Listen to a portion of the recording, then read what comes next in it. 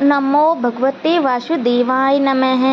राधे राधे। मैं अंजलि कुमावत आपका वंदन करती हूँ, अभिनंदन करती हूँ।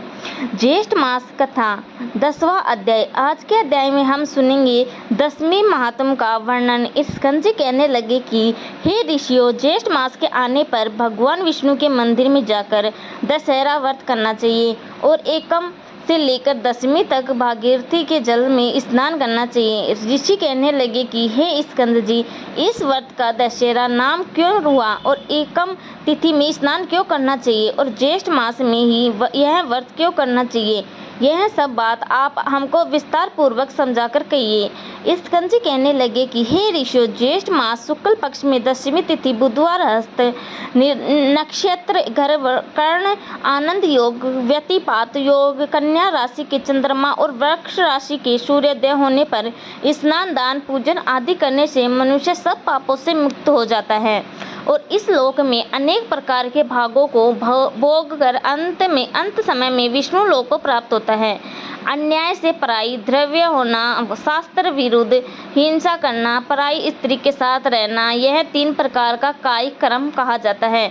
कठोर वचन बोलना, झूठ बोलना, किसी की चुगली करना, राजा का देश की आय को निष्प्रयोजन व्यय करना, ऐसे 4 प्रकार का अशुभ फल देने वाला वाचिक कर्म हो गया है।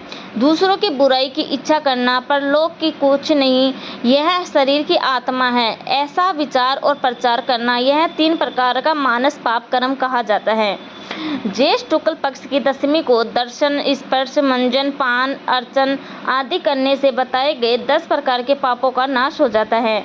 इसीलिए पूर्वदर्शी मुनियों ने इसका नाम दशहरा रखा है। ज्येष्ठ शुक्ल 10वीं के दिन स्नान मात्र के करने से 10 जन्मों के अर्जित पापों का नाश हो जाता है, इसीलिए भी इसका नाम दशहरा हुआ है। दशहरे के दिन इन पुरातन मंत्रों से श्री गंगा जी का पूजन करना चाहिए।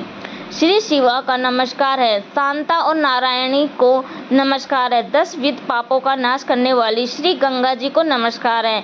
उसी स्थान में इस महान ओजस्वी 10 देवताओं का पूजन करें। 10 देवताओं के नाम नारायण, महेश, ब्राह्मण, सूर्य, भागीरथी, हिमवान, स्कंद, गणेश, चंडी और सोम है।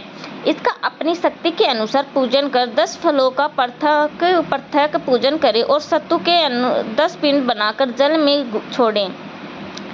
10 पर्स तिल 10 ब्राह्मणों को देकर गंगाय सर्व रूपाय नमः इस मंत्र का पूजन करें तथा अपनी शक्ति के अनुसार गुड़ के 10 पिंड देवें। यथाशक्ति स्वर्ण का मत्स्य, कश्यप, मंडूक, शिशुमार आदि बनाकर चांदी का या किसी दूसरी धातु का या पिसान का बनाकर उसका पूजन करके जल में छोड़ दे। इसके पश्चात 10 सेर तिल धान्य और जौ ब्राह्मण को देवें और 10 गौओं का दान ब्राह्मणों को देवें। इस प्रकार कंजूसी न करता हुआ पूजन और दान करें। पकवान तथा पायस का भोजन ब्राह्मणों को कराएं तो 10 जन्मों के अर्जित पापों से मुक्ति हो जाता है।